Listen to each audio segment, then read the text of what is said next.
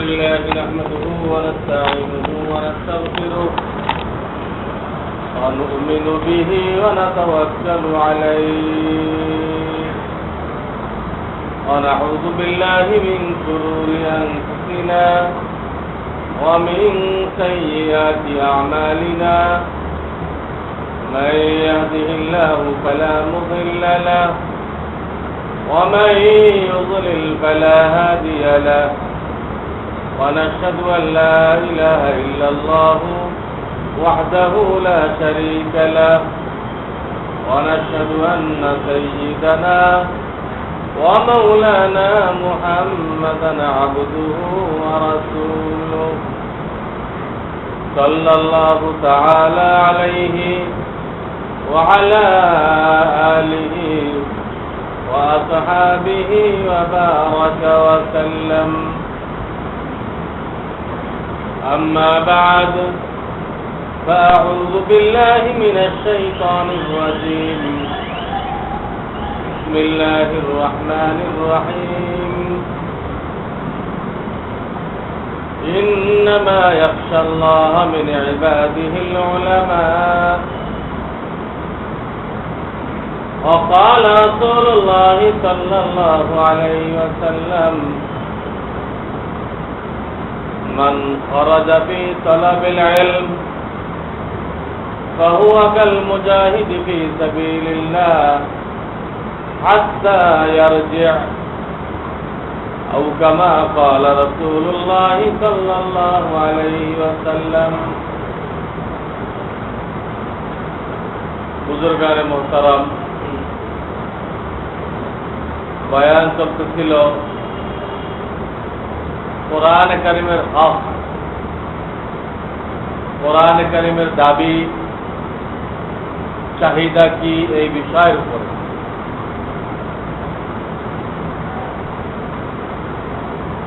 এই বয়ান এই জন্য বলা হয়েছিল যে নবী করিম সাল্লাল্লাহু আলাইহি সাল্লাম ইরশাদ করেছেন যে এক জামানা আসবে তখন আমার উম্মত কোরআনের নামে কতগুলো প্রথা পালন করবে। কোরআনের যেটা আসল দাবি, আসল হক, সেটা আদায় করবে না। তখন তারা আল্লাহর আযাব গজবের মধ্যে পড়ে যাবে, বিপদ আপদের মধ্যে হাবুডুবু খাবে, কোন রাস্তা কেউ দেখাইতে পারবে না। ওই হাদিস থেকেই কথাটা আসছে যে এখন কোরআনের নামে যেগুলো করতেছি আমরা, এই ফাতিহা খানি, মিলাদ কিয়াম, ওরস, ফাতিহা ইয়াজদহম, নানান কিছু আমরা পালন করছি। অথচ কোরআনে কারিমের সাথে এগুলো সম্পর্কই নেই, সম্পূর্ণ মন গড়া জিনিস। এইগুলোকে পালন করে আমরা তৃপ্তিবোধ করছি, মনে মনে আনন্দিত হইতেছি যে আমিও মাশাআল্লাহ একজন দিনদার মানুষ, মুত্তাকি মানুষ,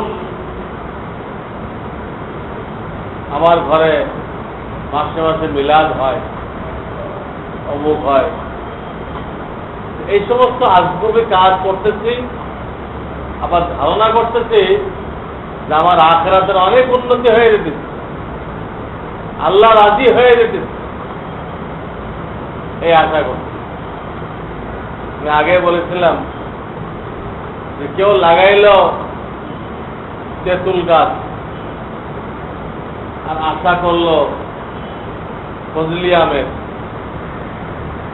এটা একটা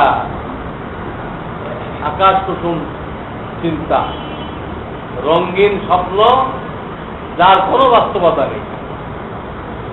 তেঁতুল গাছ লাগায় ফজলি আম পাওয়া যাবে না, নর্মাল আমও পাওয়া যাবে না। সেখানে একটা লোক তখন বেদাত করবে, যে বেদাত সম্পর্কে বলা হয়েছে যে অন্য গুনাহ থেকে তওবা নসিব হয়।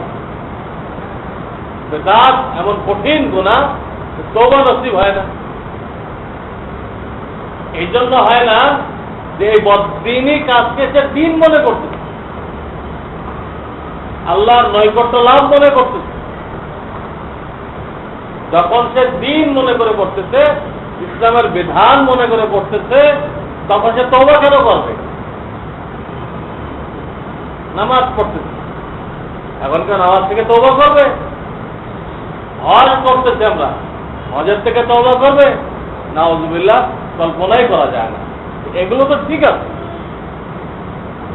এগুলো দিন, কিন্তু তারা যেগুলোকে দিন মনে করতেছে, মাজারকে দিন মনে করতেছে,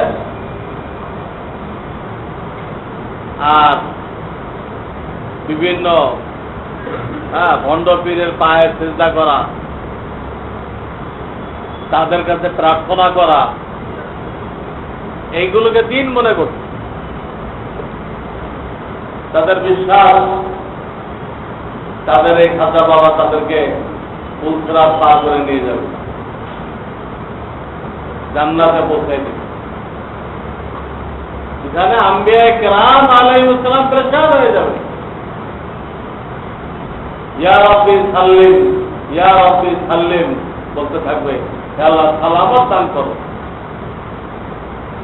সেখানে এই সমস্ত খাজা বাবা বলেন, যাই বলেন, এটা তো থাকবে।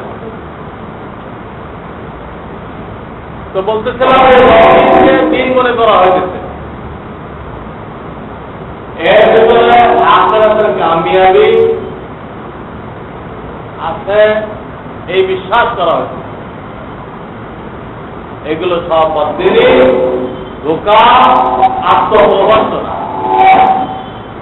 এই জন্য এই সমস্ত মন গড়া যত প্রথা আছে, রুসুমাত আছে, রেওয়াজ আছে, এগুলোকে ছেড়ে দিয়ে কোরআন হাদিসের যেটা দাবি, এই দাবিটা এটা ইসলাম।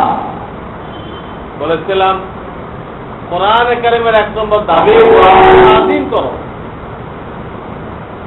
সম্মান করো। সম্মান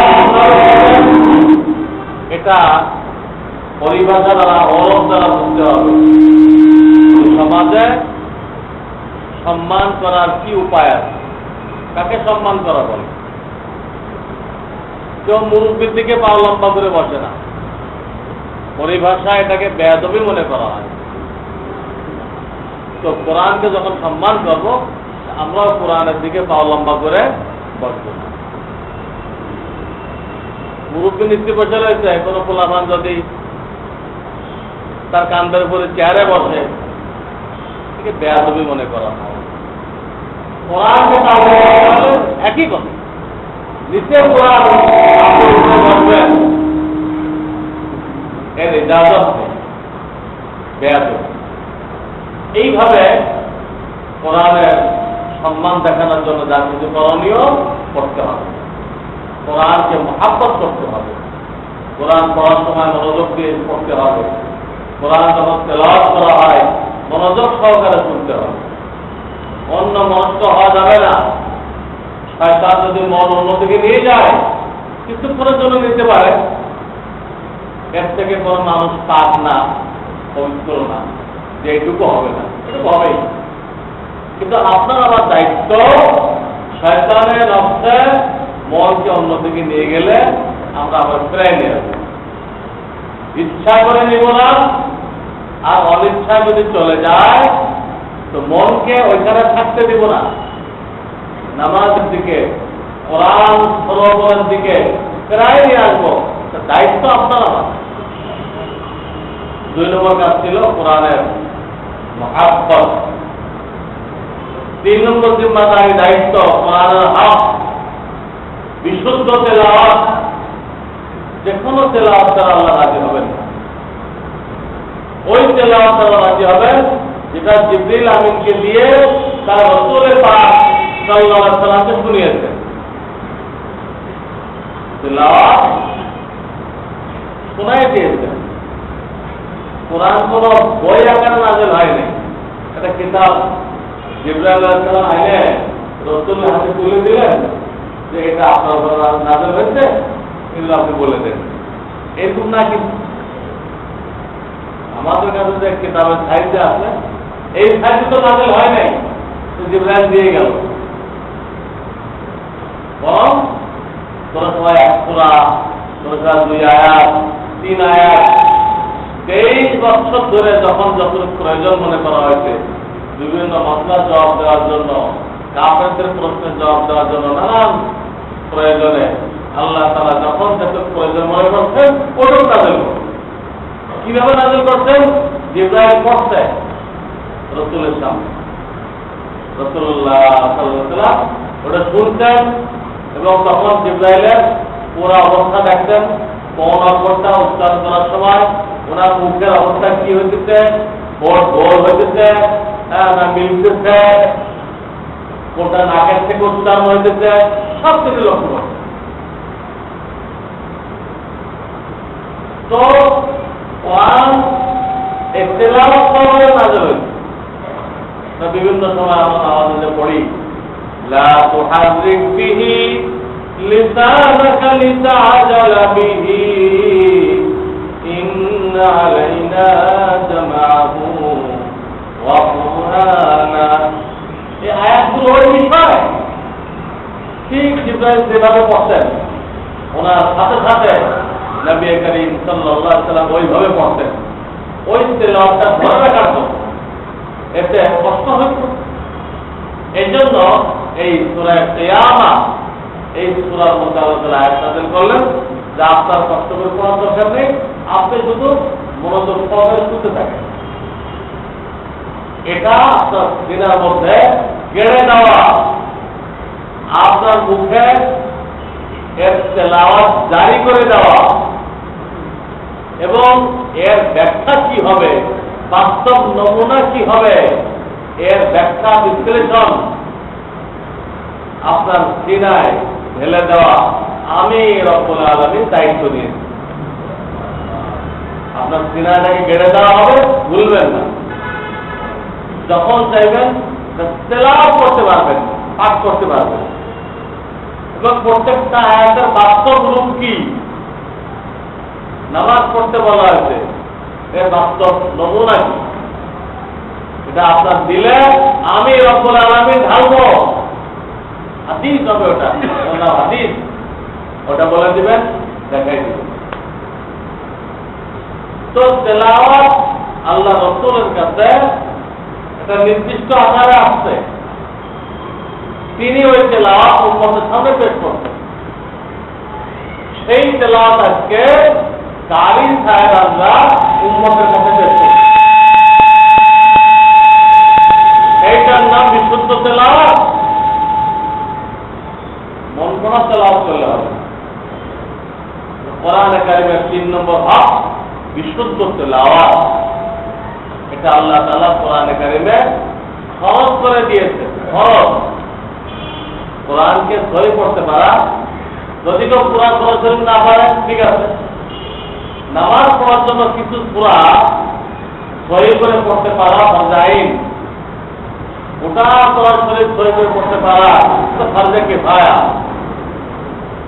কিন্তু কিছু সূরা যেটা না হলে নামাজের বন্দি থাকবে না, ওটুক সহি করা যাতে অর্থ নষ্ট না হয়ে যায়, অর্থ বিগড়ে না যায়, তো ফরজাইন। আজকে ফজরে আমার কাছে লোক আসছে,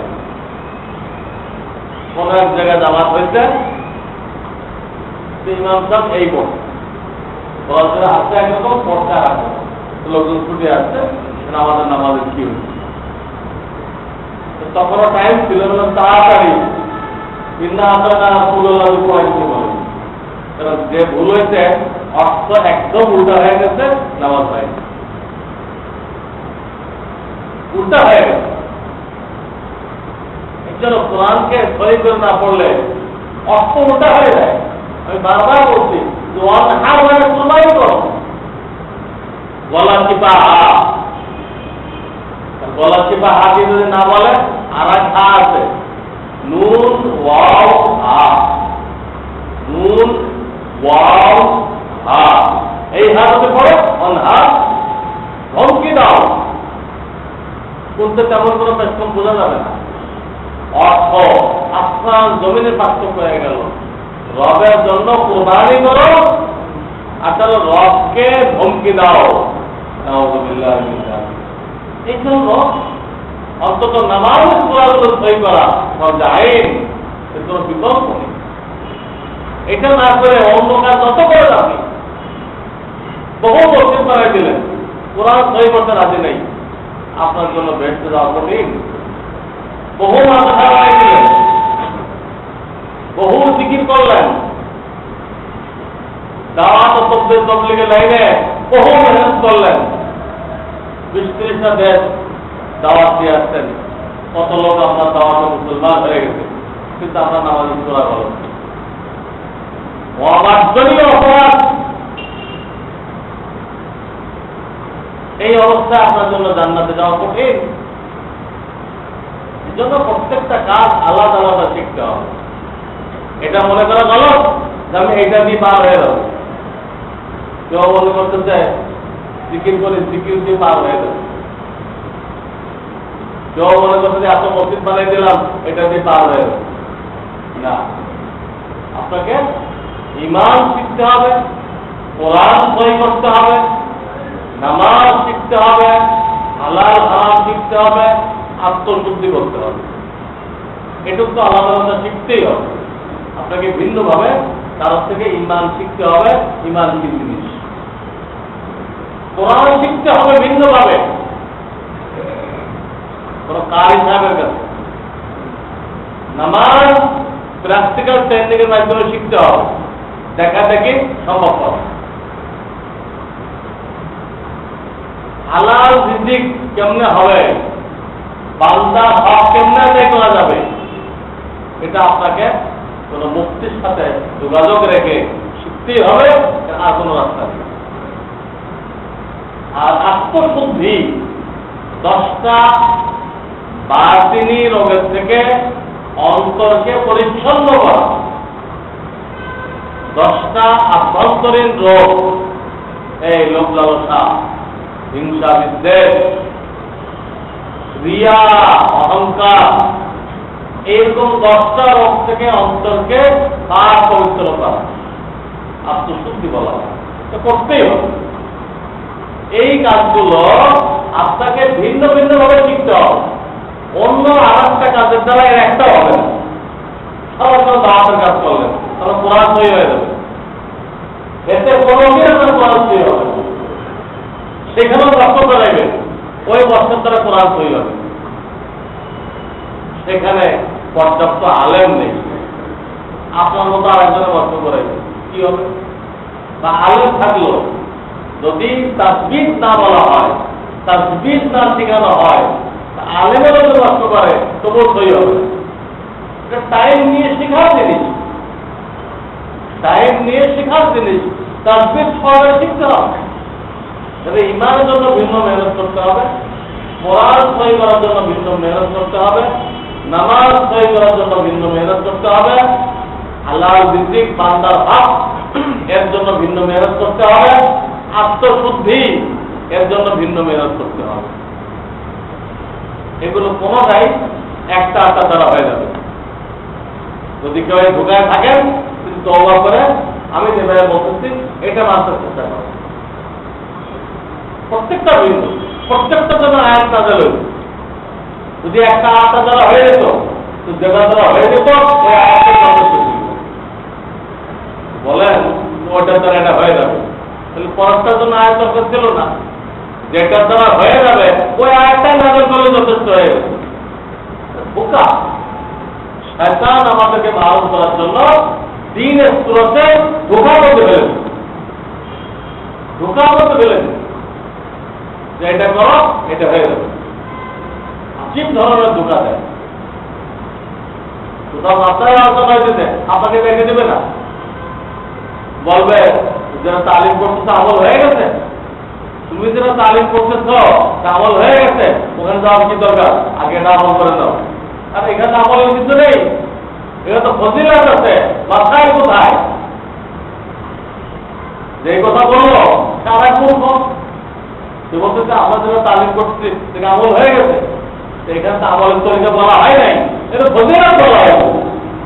আমল তো মুক্তির কাছে শিখতে হবে, মানে আলেমের কাছে শিখতে হবে। সারা জীবন ফজিলত শিখলে আমল তো সই হবে। তো হাজার নামাজ মুক্ত বলেন আপনি, হাজার নামাজ মুক্ত হবে তো কি ফায়দা হবে? ফজিলত জানলেন, নামাজ তো আপনি মুক্ত করতে পারবেন না, চিন্তা করতে পারবেন না, তায়াম্মুম করতে পারবেন না, ফরজ গোসল আপনি করতে পারবেন না। এই জন্য হাজার জানা হয় উৎসাহ পয়দা করার জন্য, যাতে সে আমলটা করার জন্য তৈরি হয়। আর আমল পাবে কেমনে? এর জন্য হাজার চলবে না, তখন লাগবে মাথায়, তখন লাগবে মাথায়। আর কিন্তু মূর্খ লোক মাথায় নিজেও জানতে রাখি না, কেউ জানো এটাও রাখি না। যেটা পড়তেছে আমল হয়ে গেছে তোমার, তুমি ওইখানে দেবা।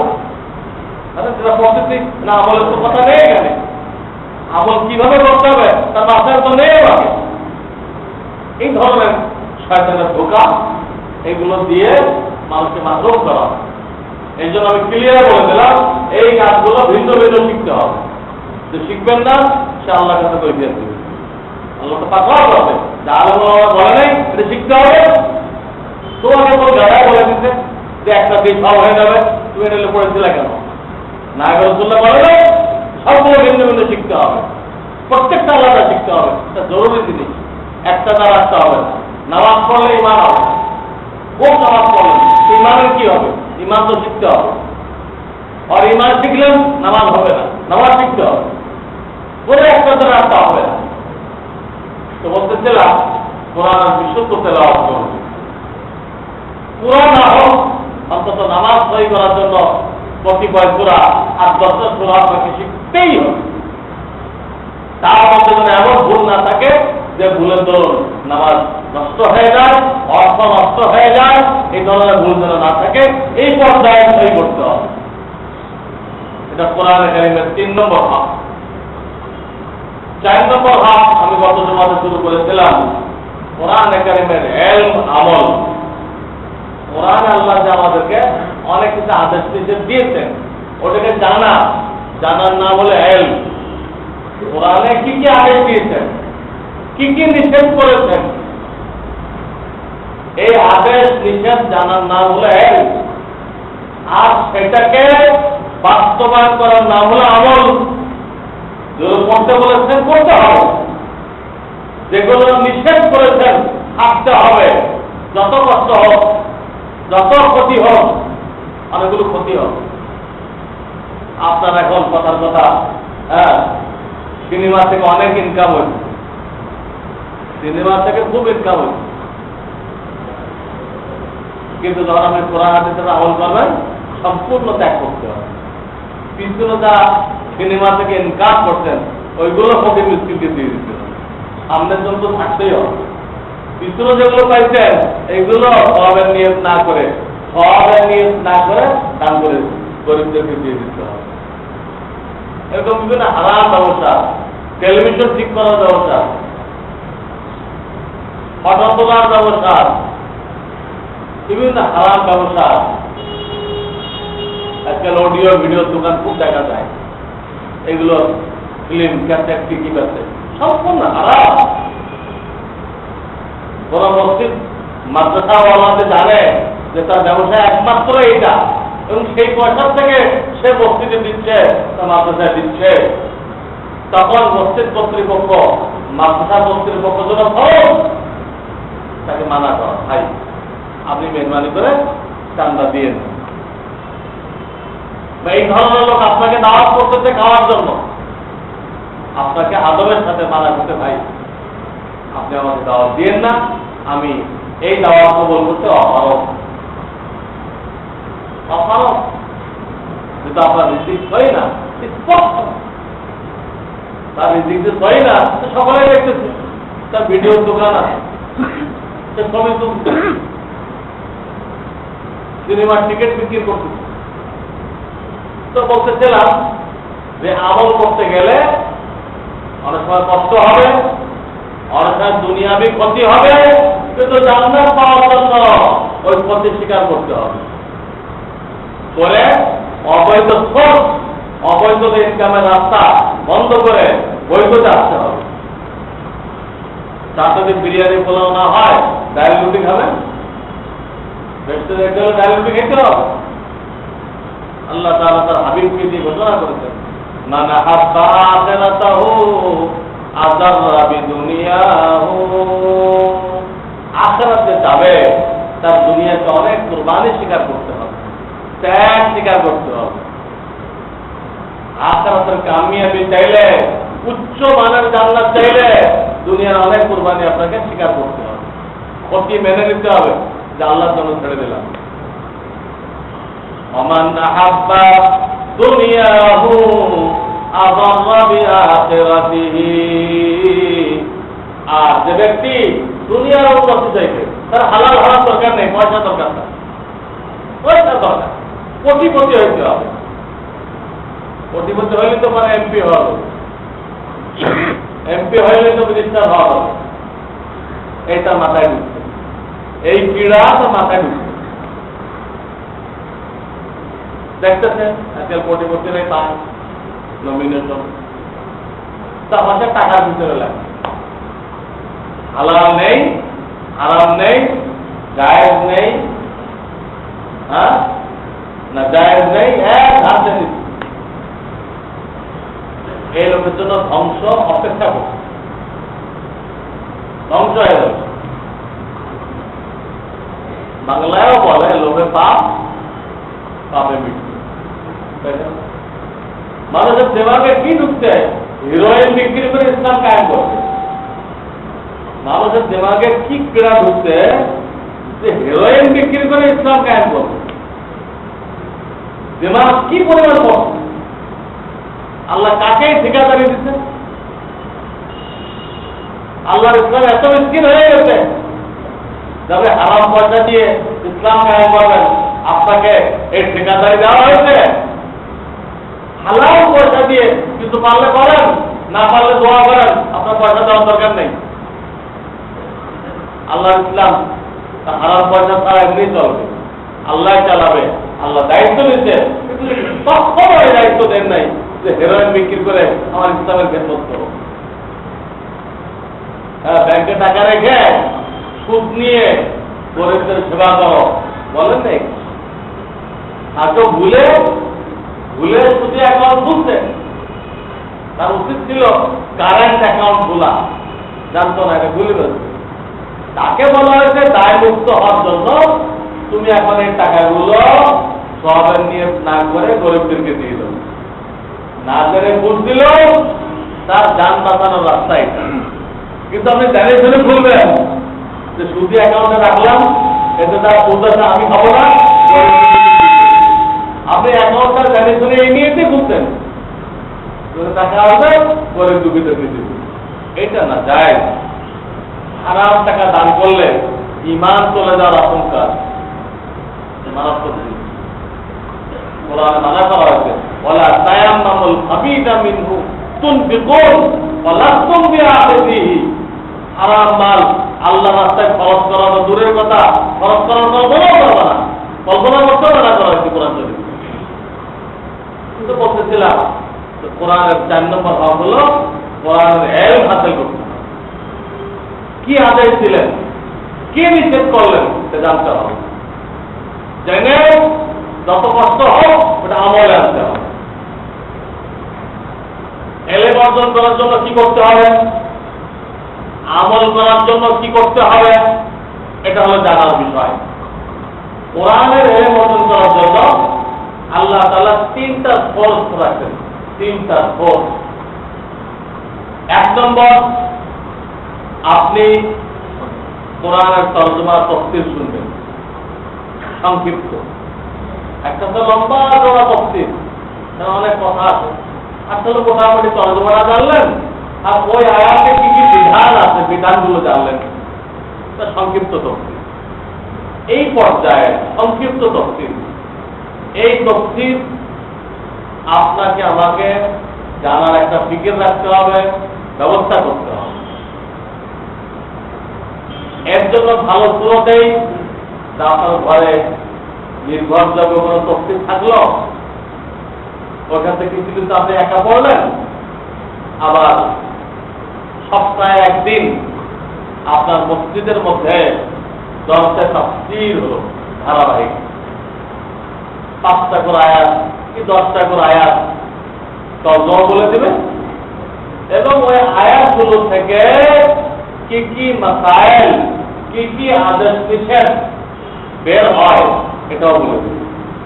আপনি তো বাসার থেকে দেখে আসলেন বাংলা তফসির থেকে, বাকিটা হুজুরের মুখে তাফসীর মাহফিলে শুনলেন। এইভাবে যখন নাকি কোরআন শরীফ আপনি নিজেও দেখলেন, একজন আলেমের মুখে শুনলেন, তো আদেশ নিষেধ কোরআনে যা আছে আপনার সামনে চলে আসে। আমার মাওলা এই আদেশ নিষেধ দিয়েছেন কোরআনের ইলম হাসিল করার জন্য একটা তাফসীর মাহফিল। 2 নম্বর, কোরআনের ব্যাখ্যা যেটা, সেটা হলো হাদিস। আল্লাহ রাসূল সাল্লাল্লাহু আলাইহি ওয়াসাল্লাম কর্তৃক কোরআনে যে ব্যাখ্যা দেওয়া হয়েছে, যে নমুনা পেশ করা হয়েছে, এটা হলো হাদিস শরীফ, কোরআনের ব্যাখ্যা। এটাও জানা দরকার, এটাও জানা দরকার। কাজেই মসজিদে এই ব্যবস্থা থাকতে পারে, থাকা উচিত যে একদিন আধা ঘন্টার জন্য দরজা তাফসীর হবে, আর একদিন আধা ঘন্টার জন্য দরজা হাদিস, হাদিসের কিতাব থেকে দরজা।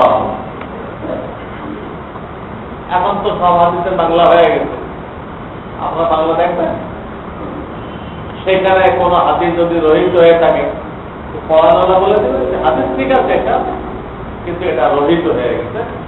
ইসলাম একদিনের পূর্ণাঙ্গ রূপ নেয়নি, আস্তে আস্তে ধাপে ধাপে এটা পূর্ণাঙ্গ রূপ নিয়েছে।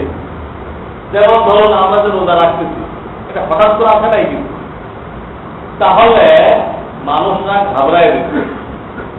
প্রথমে কি ছিল, যারা সাহস করো, হিম্মত করো, রোজা রাখো, তবে তাদেরকে নিয়ে বেলা ডুবা পর্যন্ত না খেয়ে থাকবা, খাইবা না, পান করবা না, হ্যাঁ বিবি ইস্তেমাল করবা না, এই ছিল।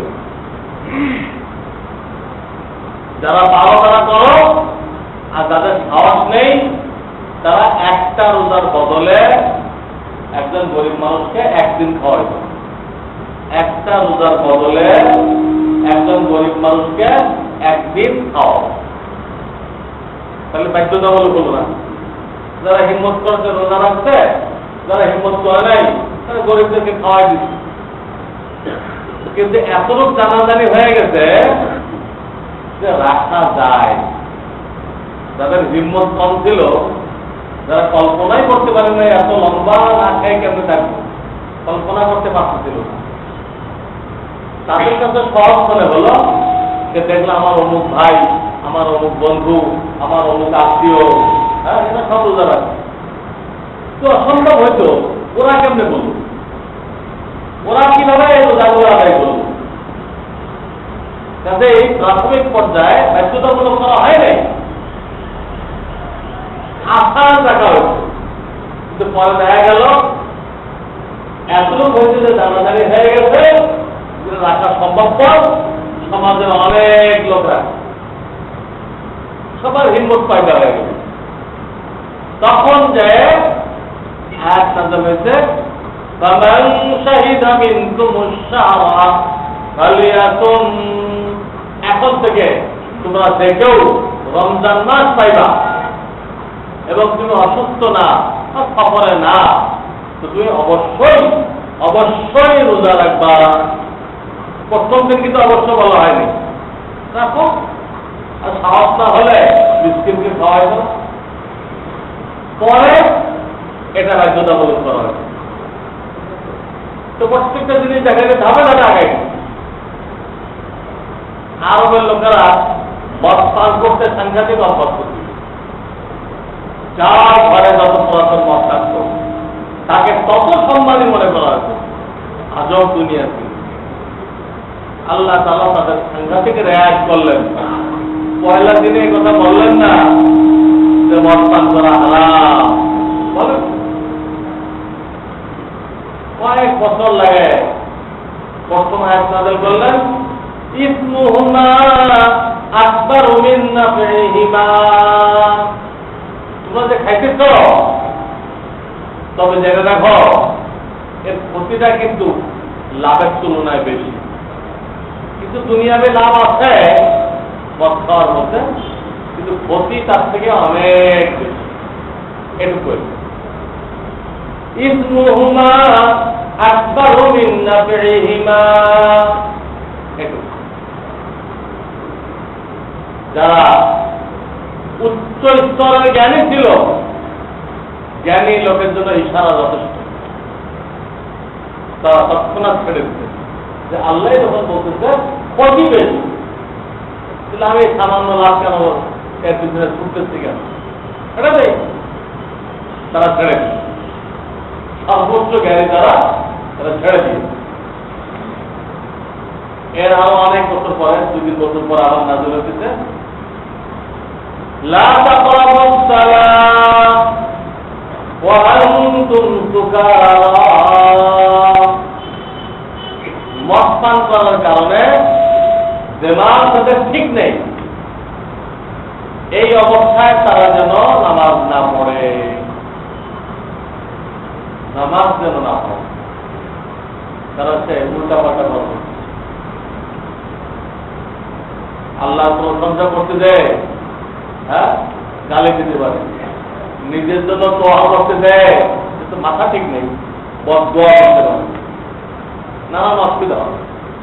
এই জন্য দ্বিতীয় পর্যায়ে আল্লাহ তাআলা বলেন এই অবস্থায় তোমরা আমাদের কাছে এসো।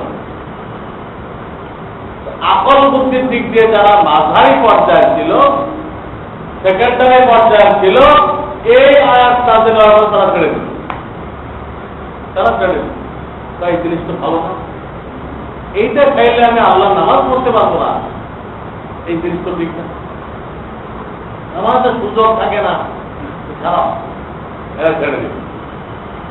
কিন্তু যারা নাকি তৃতীয় শ্রেণীর আকলওয়ালা, সর্বনিম্ন, তারা আর তখনও ছাড়ে নাই। ঠিক আছে, আমরা নামাজের সময় যদি নিকটবর্তী হয় তখন খাবো না, লম্বা টাইম পাওয়া যায় তখন খেয়ে নিব।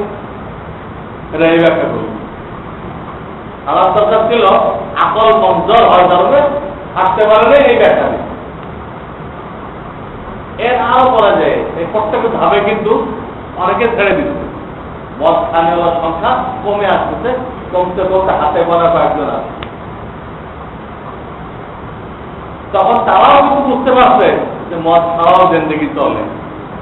যারা যারা ফার্স্ট ডিভিশন তারা আগে ছেড়ে দিচ্ছে, তারা তো ওদের সামনে বেঁচে আছে। যারা সেকেন্ড ডিভিশন তারা তো মদ খাওয়া বেঁচে আছে, ওদের সামনে দেখতে পেয়েছে, ওরা তো খায় না, দিব্যি ভালো। কাজেই এই তৃতীয় শ্রেণীর যারা, এদের অন্তত পাক্কা বুঝ পয়দা হয়ে গেল যে এই মদটা জিন্দেগির জন্য অপরিহার্য না, যেটা আমরা এতদিন মনে করি। এই বুঝটা পয়দা হয়ে গেল। এখন একটা ধাক্কা আসলে তারা ছেড়ে দেবে। ঠিকই তৃতীয় ধাক্কা এসে গেল, ইন্নামাল খামরু ওয়াল মাইসিরু ওয়াল আজলামু রিজসুন মিন আমালিশ শাইতান ফাজতানিবুহু। প্রথম বলল রিজসুন, এটা নাপাক, মিন আমালিশ শাইতান, শয়তানের কাজ। ফাজতানিবুহু, তোমরা যারা মুমিন আছো খাও, ছেড়ে দাও। এইবার পড়া অর্ডার, এতদিন সন্ধান ফিজ ওরা তৈরি হয়ে গেছে, এখন শক্তভাবে আসলেও কারণ আর কষ্ট হবে না। দেখেন একটা জিনিস আল্লাহ তাআলা কিভাবে ধাপে ধাপে নিয়ে আসে। পর্যায়ক্রমে নিয়ে আসবো। এদের নামাজ পড়তেছি আমরা, এই নামাজে কথা বলা যাবে। নামাজে ভুল হলে মুসল্লিরা লোক হুজুর 2 রাকাত হয়ে গেছে, আবার 2 রাকাত পড়ছে, কারণ নামাজ ভাঙেনি। হাদিসে ঘটনা আছে, নবী করিম সাল্লাল্লাহু আলাইহি ওয়াসাল্লাম একবার জোহরের নামাজ 2 রাকাত পড়েছে, পরে সালাম করে হযরত আবু বকর ওমর রাদিয়াল্লাহু তাআলা আনহু ছিলেন, তারা সব করে নাই, কি জানি হয়তো আল্লাহর মহব্বতে 2 রাকাত হয়ে গেছে। রসুলের ভুল কেমনে বলি, বুঝতে পারছেন, নামাজই কম হয়ে গেছে, 4 রাকাত 2 রাকাত হয়ে গেছে। একটা লোক ছিল, তার নাম হলো দুলিয়া দাইন। দুলিয়া দাইন মানে লম্বা হাতওয়ালা। তার সম্পর্কে আসছে, উনি দাঁড়াইলে মানে হাঁটু পর্যন্ত আসে, সাধারণত কারো আসে না, এটা ওনার আসে। উনি গজওয়ায়ে বদরের মধ্যে শহীদ হয়ে গেছে, গজওয়ায়ে বদর। তো গজওয়ায়ে বদরের কিছু আগেই ঘটনা, শুধু 2 রাকাত পড়েছিল। কারণ সহজে এই লোকেরাই হুজুরেই ঘটনা পরে হুজুর আলাইহিস সালাম যাচাই করলেন, দুলাদের কি বলে, আমি নাকি 2 রাকাত পড়েছি, আবার 2 রাকাত পড়েছে, পড়ে বদরটা করে নামাজ শেষ করে দিচ্ছে। তো বদরের কয়েক মাস আগের ঘটনা, কথা হচ্ছে নামাজের মতো, নামাজ ভাঙে নাই কারণ। বুঝলেন কিভাবে ধাপে ধাপে একটা জিনিস আছে। কিন্তু ওই বদরের আগেই একটা আয়াত নাযিল হয়ে গেল, কুমু লিল্লাহি কানিতিন। আয়াত নাযিল হয়ে গেল, কথাবার্তা সব নিষেধ হয়ে গেল, সব নিষেধ হয়ে গেল। এইভাবে প্রত্যেকটা জিনিস ধাপে ধাপে। তো হাদিস যখন আপনারা পড়বেন, পুস্তকের দায়িত্ব থাকবে যেগুলো প্রাথমিক যুগের, ওইগুলোকে উল্লেখ করে দেওয়া, একটা মানে ছিল এই আয়াতের কারণে এটা রহিত হয়ে গেছে। হাদিস যারা জমা করছে তারা কিন্তু এই কাজটা করে নাই, তাদের ফাংশন ছিল না। তারা দেখে কি বর্ণনা সূত্র ঠিক আছে, বর্ণনাকারী একদম ইচ্ছুক না, আর জমা করার দরকার আছে। সকল হাদিস না আসতো, এক সময় যেটা ছিল এটা বুঝবো কেমন, অমুক আয়াত দ্বারা রহিত হয়ে গেছে, এই ইতিহাসটা সংরক্ষিত হয়তো কি পাবে। এই জন্য হাদিসের কিতাব থাকার দরকার আছে। কিন্তু পড়নেওয়ালা পড়ানোর জানা থাকতে হবে এইটা এখন আছে না রহিত হয়ে গেছে, একটু জানা থাকতে হবে। ওইভাবে জেনে হাদিস চর্চা করতে হবে। কোরআনের তাফসীর নতুন কোরআনে বলা হয় নাই 5 ওয়াক্ত নামাজ পড়ো, এই 5 কথা তো কোরআন শরীফে নেই। হ্যাঁ, প্রচুর হাদিসে আছে খামসু সালাওয়াতিন ইফতারাদাহুল্লাহ, 5 ওয়াক্ত নামাজকে আল্লাহ তাআলা ফরজ করেছেন, প্রচুর হাদিস। যাকাত দিবেন 40 ভাগের 1 ভাগ, এই 40 ভাগের 1 ভাগ কথা তো কোনো আয়াতে নেই। কিন্তু যাকাতের আয়াতের তাফসীর করতে যায়, ব্যাখ্যা দিতে যায়, আল্লাহ রাসূল বলে দিয়েছেন 40 ভাগের 1 ভাগ। কতদিন পর পর? বছরে 1 বার। কোন কোন মালে তাও বলে দিতেন, স্বর্ণ রূপা, নগদ টাকা আর ব্যবসায়ের মাল বলে দিতেন। কিন্তু কোরআনে বলা হয়নি, কোরআনে শুধু মৌলিক ল, বেসিক ল বলে দিয়েছে। তো হাদিস হলো কোরআনে কারীমের তাফসীর। যদি কেউ হাদিস অমান্য করে, তাছাড়া কোরআন অনুযায়ী চলা কোনদিন সম্ভব হবে। বললাম তো 5 ওয়াক্ত কথা কোন জরুরি নেই, 40 ভাগের 1 ভাগ টাকা দিতে হবে বছরে 1 বার, এই মালের যত করা জরুরি নেই। হাদিস শরীফে আছে যে হাদিস বাদ দিয়ে কেউ কোরআন করতে পারবে না। এই জন্য 4 মাযহাবের যে ইমাম, সবচেয়ে বড় ইমাম আমাদের যিনি ইমাম আজম আবু হানিফা, 2 নম্বর ইমাম মালিক রাহমাতুল্লাহ আলাইহি, 3 নম্বর ইমাম শাফিঈ, 4 নম্বর ইমাম আহমদ, 4 জন বলে গেছেন লাউলা সুন্নাহ মা ফাহিমা আহাদুম মিনাল কুরআন। হাদিস যদি সামনে না থাকতো, আমাদের কারোর দ্বারা কোরআন বোঝা সম্ভব হতো। সর্বশ্রেষ্ঠ আলোচনা বলা গেছে, হাদিস যদি সামনে না থাকতো, আমাদের কারোর দ্বারা কোরআন বোঝা সম্ভব হতো। এই জন্য হাদিস থেকে কোরআনের তাফসীর জানা একটা জরুরি জিনিস। 3 নম্বর, কোরআনের ইলম অর্জন করার 3 নম্বর শর্ত হলো ফিকহ, ইলমুল ফিকহ। ফেক কি জিনিস আপনাদের ইশকাল হবে, আপত্তি হবে যে কোরআন হলো বেসিক ল, হাদিস তার তফসির ব্যাখ্যা, তাহলে ফেক আবার কি জিনিস, এটা কেন পড়বো? এই জন্য পড়তে হবে যে কোরআনের ব্যাখ্যা তো হাদিস ঠিক আছে, কিন্তু হাদিসের কিতাবের মধ্যে কোন হাদিসটা রহিত হয়ে গেছে, কোনটা টিকে আছে, এই ব্যাখ্যা দেওয়া নেই। কোন হাদিসের কিতাব ব্যাখ্যা দেওয়া নেই, খালি হাদিস বয়ান করা হয়েছে, বর্ণনা সূত্র বয়ান করা হয়েছে, এটা বলা হয়েছে। ওটা কিভাবে বুঝবেন? তো সেটা বলা হয় এই যেগুলো রহিত হয়ে গেছে, বাদ হয়ে গেছে, ওইগুলো বাদ দিয়ে যেগুলো টিকে রয়েছে। কোরআনের ব্যাখ্যা হাদিস, হাদিসের মধ্যে বহু হাদিস বাদ হয়ে গেছে। ইসলামের প্রথম অনেক সহজ ছিল, আস্তে আস্তে এটা পরিপূর্ণ হয়েছে, আগেগুলো বাদ হয়ে গেছে। ব্রেন তৈরি করা হয়েছে, তৈরি করে করে এক একটা হুকুম দেওয়া হয়েছে। এই যেগুলো বাদ হয়ে গেছে, এইগুলো বাদ করে দিয়ে রহিতগুলোকে ছাঁটাই করে দিয়ে যে হাদিসগুলো টিকে রয়েছে, ওইগুলো আলাদা করে জমা করা হয়েছে। এটার নাম ফিকহ। এটার নাম কি? ফিকহ। যেটাকে ফিকহ বলা হয়। কোরআনের তাফসীর হাদিস, হাদিসের মধ্যে বড় হাদিস রহিত হয়ে গেছে, ইসলামকে আস্তে আস্তে যাওয়ার কারণে রহিত হয়ে গেছে।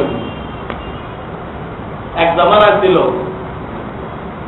কেউ মারা যাওয়ার না ওসিয়ত করতে পারবে, ওসিয়ত অনুযায়ী বর্তন হয়েছে। পরবর্তীকালে আয়াত নাযিল হলো, কোনো অধিকার নেই, যারা মিরাজ পাবে ওরা কে কিভাবে আল্লাহ বলে দিলেন, আপনার ওসিয়ত করার অধিকার নেই।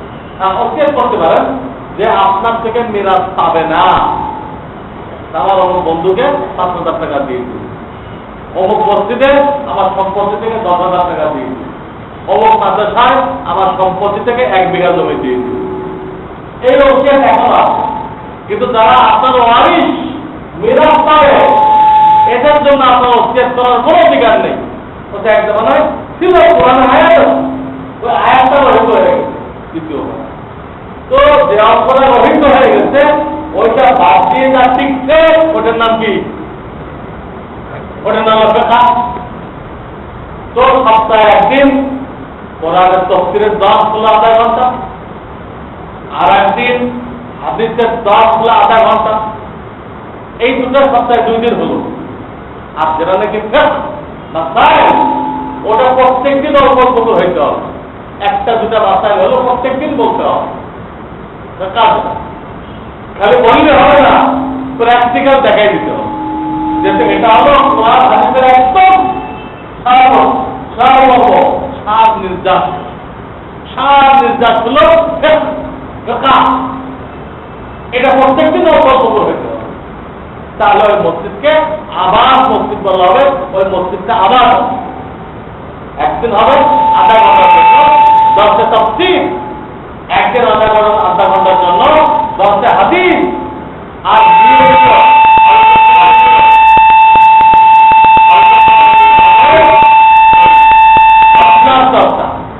মাসলা মাসাইল আলোচনা।